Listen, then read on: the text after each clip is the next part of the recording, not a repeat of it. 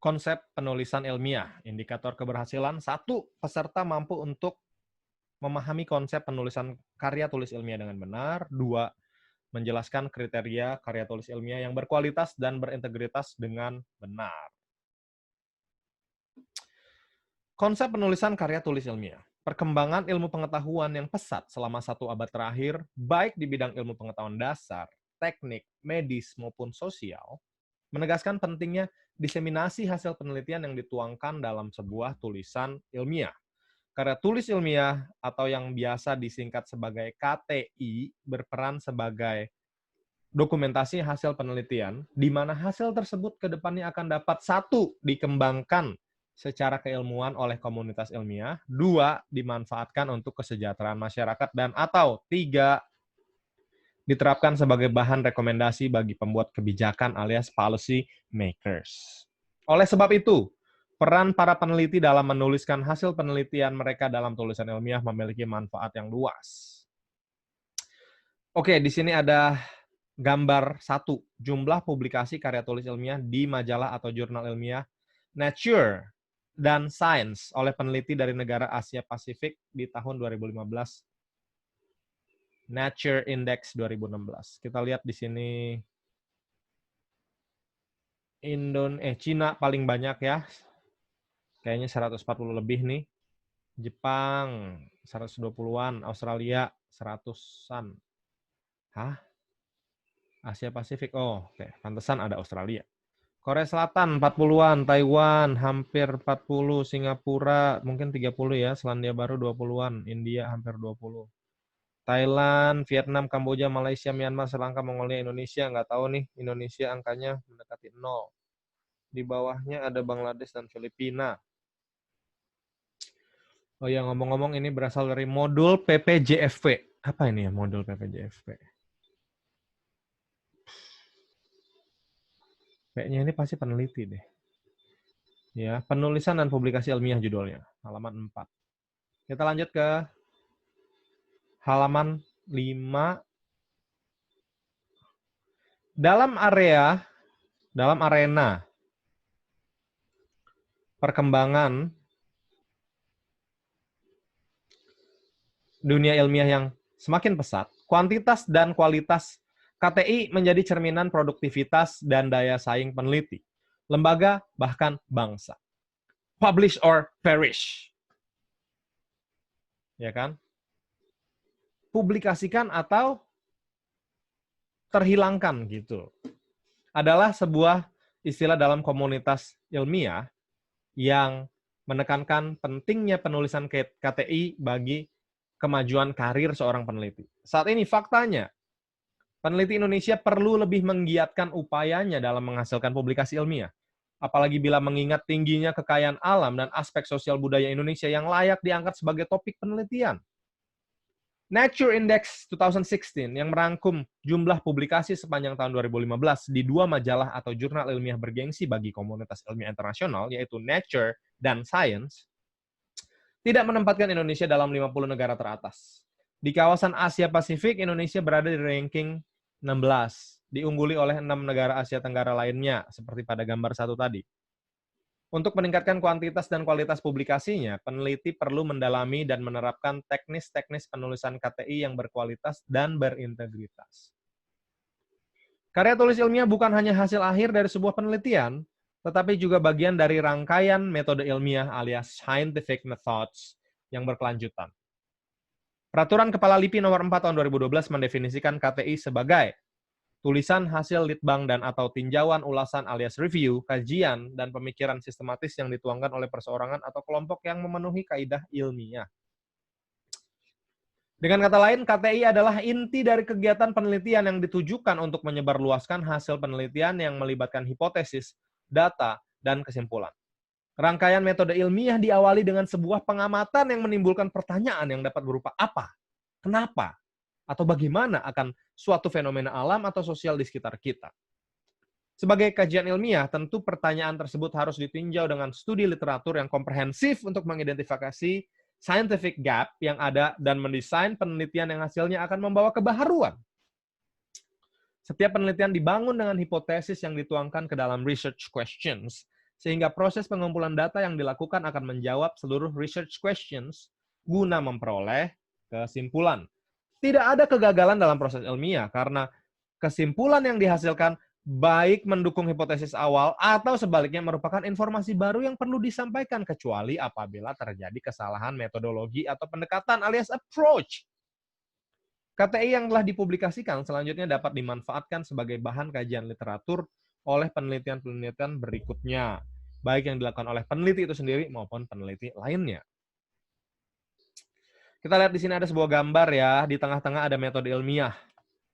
Lalu di situ ada pertanyaan, apa, kenapa, bagaimana. Kemudian dilanjutkan dengan studi literatur, apa yang kita ketahui, scientific gap yang ada, apa aja gitu ya. Lalu dibangunlah hipotesis. Hasil yang diharapkan berdasarkan pengetahuan kita, gitu ya. Ini menarik nih ya, karena dulu waktu gua kuliah diajarin kita menulis studi literatur itu setelah hipotesis. Seingat gue sih gitu ya. Nah, setelah hipotesis baru terjadilah pengumpulan data. Ya, kita ulang tadi dari pertanyaan penelitian, lalu studi literatur, lalu hipotesis. Hasil yang diharapkan berdasarkan pengetahuan kita. Ulang. Jadi gini, metode ilmiah tuh gini, diawali dari pertanyaan penelitian, apa, kenapa, bagaimana. Kemudian dilanjutkan dengan studi literatur, apa yang kita ketahui, dan scientific gap yang ada.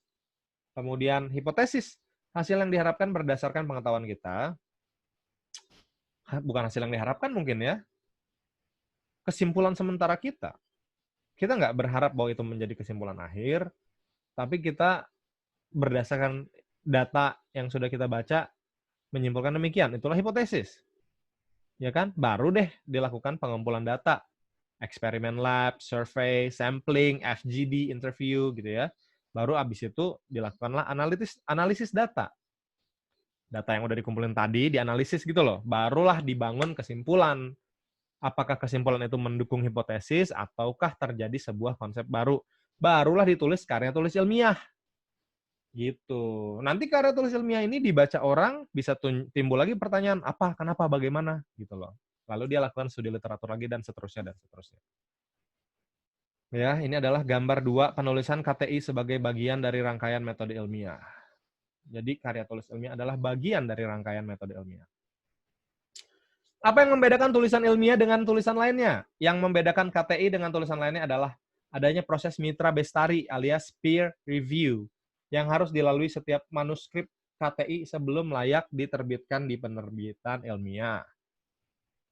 Sehingga fungsi dari penerbitan ilmiah adalah untuk meregistrasi kegiatan kecendekiaan, mensertifikasi hasil kegiatan yang memenuhi persyaratan ilmiah minimum,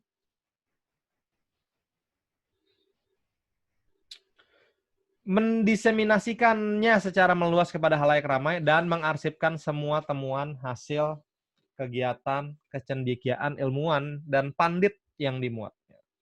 Gitu ya. Pandit. Ini menarik nih, sebuah kata yang menarik. Pandit, mirip-mirip dengan pandita alias orang pintar. Kita lihat di sini ya. Pandit menurut Kamus Besar Bahasa Indonesia. PANDIT. Orang yang ahli dalam ilmu agama dan menerapkannya dalam kehidupan sehari-hari. Pandit. Oke, kita lanjutkan. Loh, tadi layarnya mana? Layarnya mana ini? Back to meeting. Loh, ini apa sekarang yang sedang muncul di layar ini? Coba stop sharing dulu. Kemudian share screen lagi. Kembali ke Adobe Acrobat. Oke, kita lanjutkan. Kriteria KTI yang berkualitas dan berintegritas. Lalu, apa kriteria tulisan yang sesuai dengan kaidah ilmiah sehingga dapat memenuhi persyaratan proses mitra bestari? Dari segi substansi, Perkalipi tahun nomor 4 tahun 2012 menguraikan kaidah penulisan KTI yang benar, yaitu memiliki sifat-sifat sebagai berikut. 1. Logis, lalu objektif, kemudian sistematis, dan andal. Ada desainnya juga, lalu akumulatif. Wow. LOSADA, losada ya. Logis, objektif, sistematis, andal, desain, akumulatif. Losada. Logis, objektif, sistematis, andal, desain, dan akumulatif. Losada ya, losada. Logis, objektif, sistematis, andal, desain, dan akumulatif. Logis berarti kerunutan penjelasan dari data dan informasi yang masuk ke dalam logika pemikiran kebenaran ilmu. Objektif artinya data dan informasi sesuai dengan fakta sebenarnya. Sistematis berarti sumber data dan informasi yang diperoleh dari hasil kajian dengan mengikuti urutan pola pikir yang sistematis atau litbang yang konsisten atau berkelanjutan.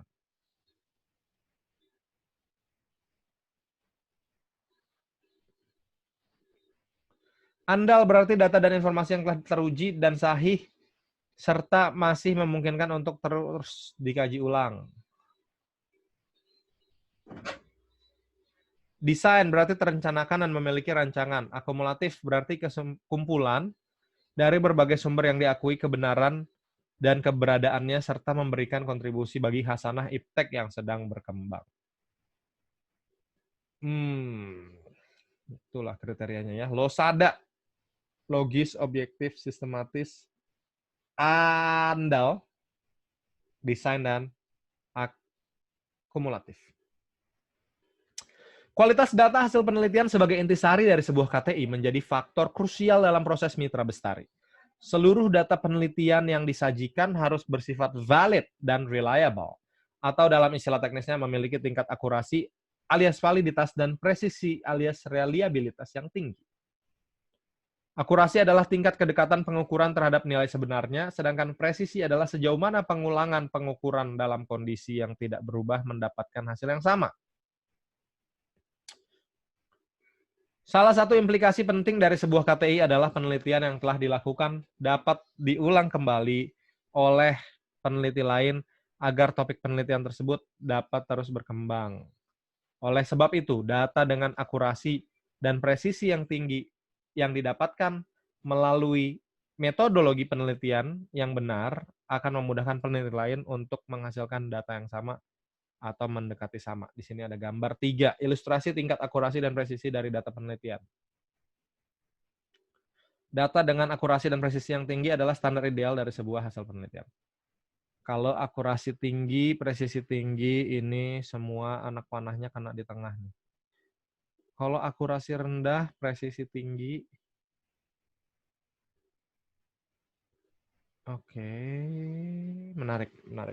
Akurasi tinggi, presisi rendah. Akurasi rendah, presisi rendah.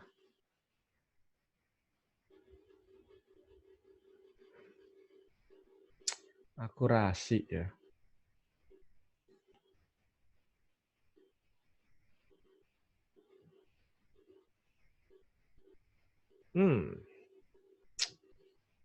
Nggak ngerti. Sebagai bentuk diseminasi hasil penelitian, KTI yang berkualitas juga memiliki tingkat keterbacaan yang tinggi. Sebuah KTI yang ditulis dengan cermat akan mudah dipahami oleh pembacanya. Baik oleh peneliti dengan latar belakang kepakaran yang sama, peneliti dengan latar belakang kepakaran yang berbeda, maupun masyarakat awam yang tertarik dengan ide yang dimunculkan di dalam tulisan tersebut. Tingkat keterbacaan yang tinggi dapat tercapai apabila tulisan tersebut memiliki struktur penyampaian ide yang runut, pemilihan kata alias diksi yang mudah dipahami, serta tata bahasa yang benar. Misalnya, salah satu strategi untuk menyampaikan ide dengan runut dalam sebuah tulisan adalah dengan membuat kerangka penulisan alias outline, yang kemudian dikembangkan dalam paragraf-paragraf yang memiliki kalimat topik yang mewadahi bahasan paragraf tersebut. Pemilihan diksi yang bersifat teknis atau biasa dikenal dengan jargon,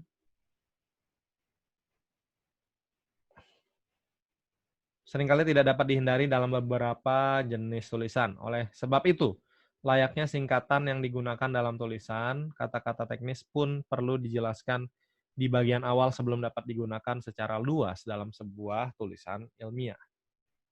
Dan dalam hal ketatabahasaan, peneliti harus menguasai kaidah ketatabahasaan yang berlaku, baik dalam bahasa Indonesia untuk penulisan di jurnal nasional terakreditasi maupun bahasa Inggris untuk bagian abstrak selain untuk penerbitan di jurnal internasional terindex.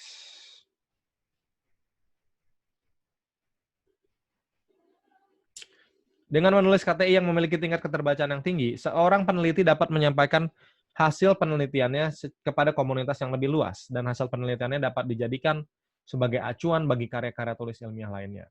Di dalam penelitian, KTI yang memiliki sitasi tinggi dan dipublikasikan dalam jurnal ilmiah nasional, terakreditasi atau jurnal internasional terindeks yang berimpact factor tinggi merupakan salah satu indikator kinerja dan prestise bagi para penulisnya. Pada akhirnya sebuah KTI yang baik tidak hanya unggul dalam segi kualitas, tetapi juga memenuhi standar KTI yang berintegritas. Setiap karya tulis ilmiah harus memenuhi kaidah etika penulisan ilmiah, mulai dari tahap penelitian, misalnya karya yang dihasilkan menggunakan sampel yang didapatkan secara legal, interpretasi data berdasarkan hasil yang diperoleh tanpa dipilah-pilah sesuai keinginan peneliti untuk mendukung suatu kesimpulan dan sebagainya, maupun aspek kredibilitas pihak penerbit. Dalam kurung jurnal yang disasar adalah jurnal yang terpercaya dan sebagainya. Mengingat luasnya dan pentingnya pembahasan ini, etika penulisan ilmiah menjadi pokok bahasan modul terpisah dalam diklat ini. Rangkuman. Karya ilmiah alias KTI berperan sebagai dokumentasi hasil penelitian, di mana hasil tersebut akan dapat 1. Dikembangkan oleh komunitas ilmiah, 2. Dimanfaatkan untuk kesejahteraan masyarakat, dan atau 3. Diterapkan sebagai bahan rekomendasi kebijakan. Dalam konteks perkembangan dunia ilmiah yang semakin pesat, kuantitas dan kualitas KTI menjadi cerminan produktivitas dan daya saing peneliti, lembaga, bahkan bangsa. Karya tulis ilmiah bukan hanya hasil akhir dari sebuah kegiatan penelitian, tetapi juga bagian dari rangkaian metode ilmiah alias scientific methods yang berkelanjutan yang meliputi hipotesis, data, dan kesimpulan. Yang membedakan KTI dengan tulisan lainnya adalah adanya proses mitra bestari alias peer review yang harus dilalui setiap manuskrip KTI sebelum layak diterbitkan di jurnal atau penerbitan ilmiah. Dari segi substansi, KTI yang baik memiliki kriteria logis, objektif, sistematis, andal, desain, dan akumulatif. Tadi nih ya, LOSADA. Logis, objektif, sistematis, andal, desain, dan akumulatif. LOSADA. Sebagai intisari dari setiap KTI, data yang memiliki tingkat akurasi dan presisi yang tinggi menjadi aspek penting dalam proses publikasi ilmiah dan perkembangan ilmu pengetahuan. Suatu KTI harus memiliki tingkat keterbacaan yang tinggi yang dapat tercapai dengan struktur penyampaian ide yang runut, pemakaian diksi yang mudah dipahami, serta tata bahasa yang sesuai kaidah. KTI yang baik tidak hanya unggul dalam kualitas, tetapi juga memenuhi kaidah etika penulisan ilmiah. Hal ini meliputi tahap penelitian, penulisan manuskrip, dan kredibilitas pihak penerbit. Latihan. 1. Jelaskan manfaat dari tulisan ilmiah yang telah dipublikasikan. Manfaat dari tulisan ilmiah yang telah dipublikasikan itu ada 3. Pertama, dia dapat dibaca oleh... Tunggu ya, tadi gue lupa. Yang pertama gue lupa. Yang kedua, bisa bermanfaat untuk masyarakat. Yang ketiga, pertama, dapat dibaca oleh masyarakat ilmiah, ya, dibaca dan dievaluasi, dikritik dan sebagainya. Kedua, bermanfaat bagi masyarakat, dapat dimanfaatkan oleh masyarakat. Ketiga, dapat menjadi tolok ukur atau dasar atau sumber bagi penelitian-penelitian berikutnya. Benar nggak seperti itu? Coba kita cek.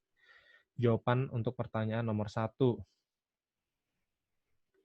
Nih, 1. Dikembangkan oleh komunitas ilmiah, ya kan? Dikembangkan tuh artinya kan dibaca, ya kan? Dibaca, dievaluasi, dikritik, dan sebagainya. Yang kedua, dimanfaatkan untuk kesejahteraan masyarakat. Yang ketiga, diterapkan sebagai bahan rekomendasi kebijakan. Ini tadi yang nggak kejawab ya. Diterapkan sebagai bahan rekomendasi kebijakan. Oke, jadi untuk pertanyaan nomor 1, jelaskan manfaat dari tulisan ilmiah yang telah dipublikasikan. Pertama, dia bisa dikembangkan oleh komunitas ilmiah. Yang kedua, dimanfaatkan oleh masyarakat. Yang ketiga, dijadikan dasar atau tolok ukur pembuatan kebijakan. Nomor 2, jelaskan secara terperinci pengertian penulisan ilmiah menurut Anda. Ya, penulisan ilmiah itu adalah sebuah upaya publikasi atas penelitian yang sudah dilaksanakan, gitu dong. Tapi dia mintanya secara terperinci ya. Berarti begini, sebuah penulisan ilmiah adalah upaya untuk mempublikasikan latar belakang pertanyaan ilmiah, apa namanya tuh, evaluasi literatur, kemudian metodologi, proses pengumpulan data, analisis dan kesimpulan dari sebuah penelitian, gitu dong. Ya nggak? Di sini ada nggak jawabannya? Terperinci. Karya tulis ilmiah bukan hanya hasil akhir dari sebuah kegiatan penelitian, tapi juga bagian dari rangkaian metode ilmiah yang berkelanjutan, yang meliputi hipotesis, data, dan kesimpulan. Itu dia. Hipotesis tadi yang belum gue sebut ya. Hipotesis itu kan dibangun berdasarkan research question dan data yang sudah ada, ya kan? Baru setelah itu dilakukanlah pengumpulan data, lalu data itu dianalisis, kemudian muncullah kesimpulan. Kesimpulan itu bisa merupakan sanggahan atas hipotesis atau justru mengonfirmasi hipotesis. Sebutkan dan jelaskan kriteria tulisan ilmiah yang baik. Ini ada 6 tadi aspeknya. Losada, L, logis, O, objektif, S, sistematis, A,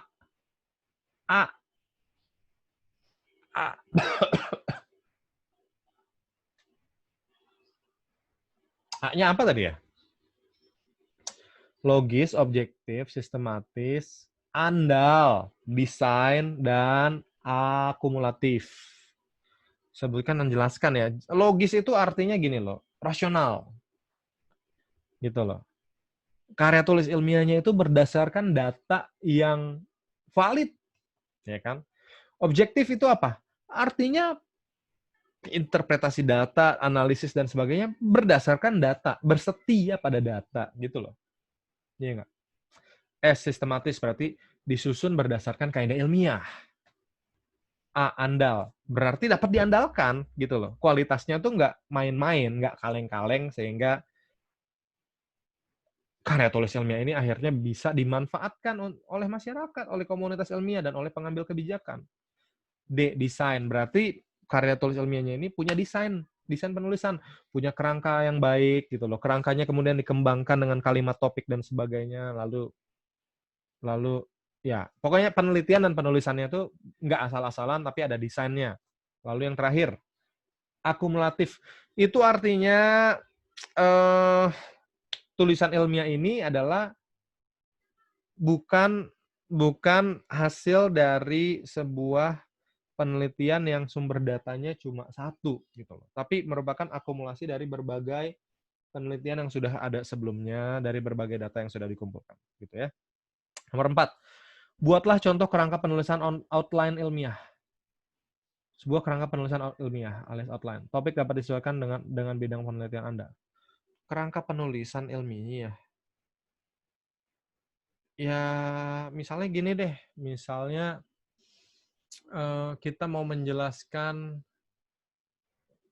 misalnya latar belakangnya ya. Misalnya kita mulai dari latar belakang nih. Latar belakang bermunculan di berita gitu loh, kasus penganiayaan, pemerkosaan, kekerasan, bahkan pembunuhan terhadap tenaga kerja Indonesia di luar negeri gitu ya. Itu latar belakangnya. Muncullah pertanyaan penelitian, mengapa? Misalnya mengapa angka kasus kekerasan terhadap tenaga kerja Indonesia di luar negeri bertambah gitu loh. Misalnya kita bikin aja rentangnya dari 2010 ke 2020 lah. Oke, nanti kita di latar belakangnya kita tunjukin tuh datanya. Kita ambil dari berbagai sumber, ya sumber-sumber terpercaya lah ya. Ya dari jurnal, dari buku. Bisa juga dari berita sebenarnya. Kemudian dari situ sudah tadi research question, lalu kita baca literatur sebelumnya, apa-apa aja yang pernah ditulis gitu ya. Misalnya udah ada yang menulis tentang kekakuan hukum di Timur Tengah, misalnya ada hukum yang diskriminatif gender gitu ya. Misalnya udah ada yang tulis itu kita tulis nanti di literature review. Atau misalnya kita ada lagi orang yang bilang pemerintah Indonesia tidak fokus terhadap isu-isu TKI misalnya gitu. Nanti kita kumpulin tuh literatur review. Nanti kita lihat apa yang belum dibahas di situ misalnya. Apa yang belum dibahas di situ ya?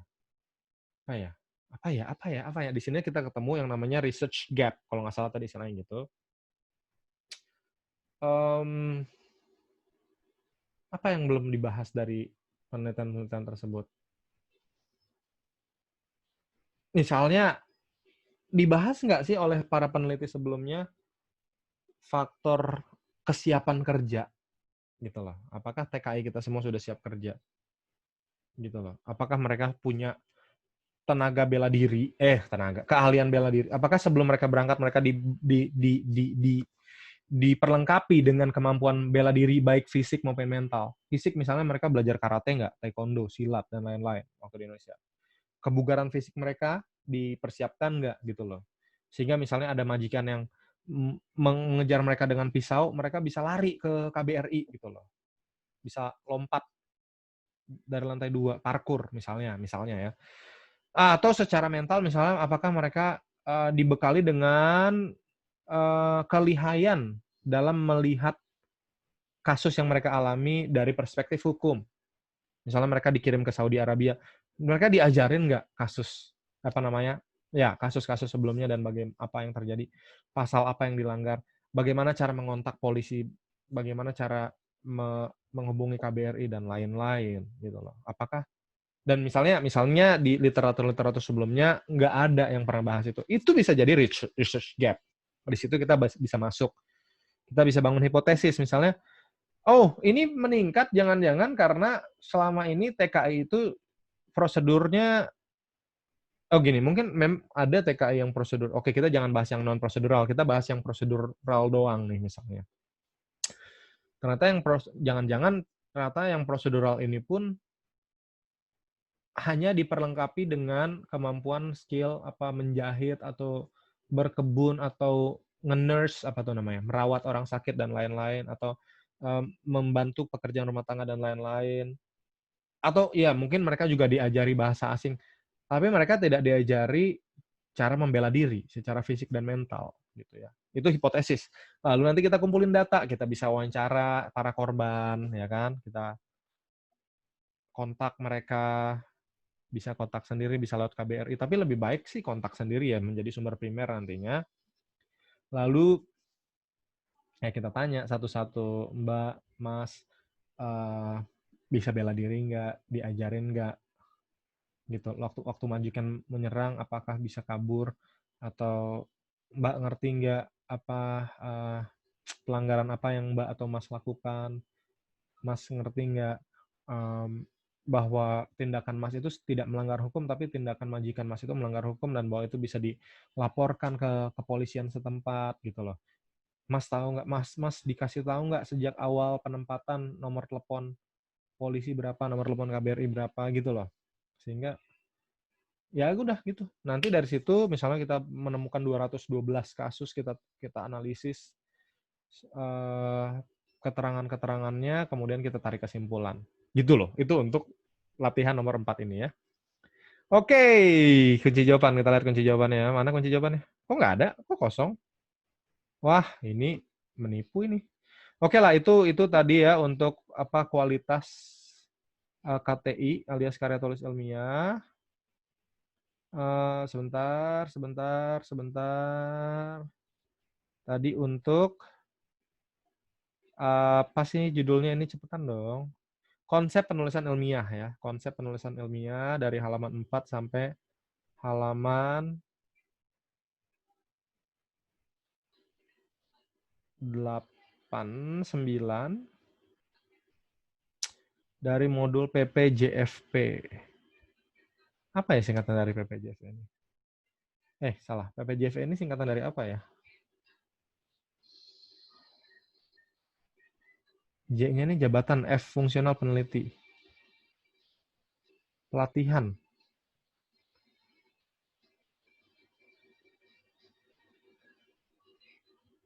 Iya ya. Kayaknya mungkin pelatihan. Nggak tahu deh, jabatan fungsional peneliti. Oke, itu tadi tentang KPI. Setelah ini nanti ada jenis, format, dan bentuk tulisan ilmiah. Sampai sini dulu. Istirahat.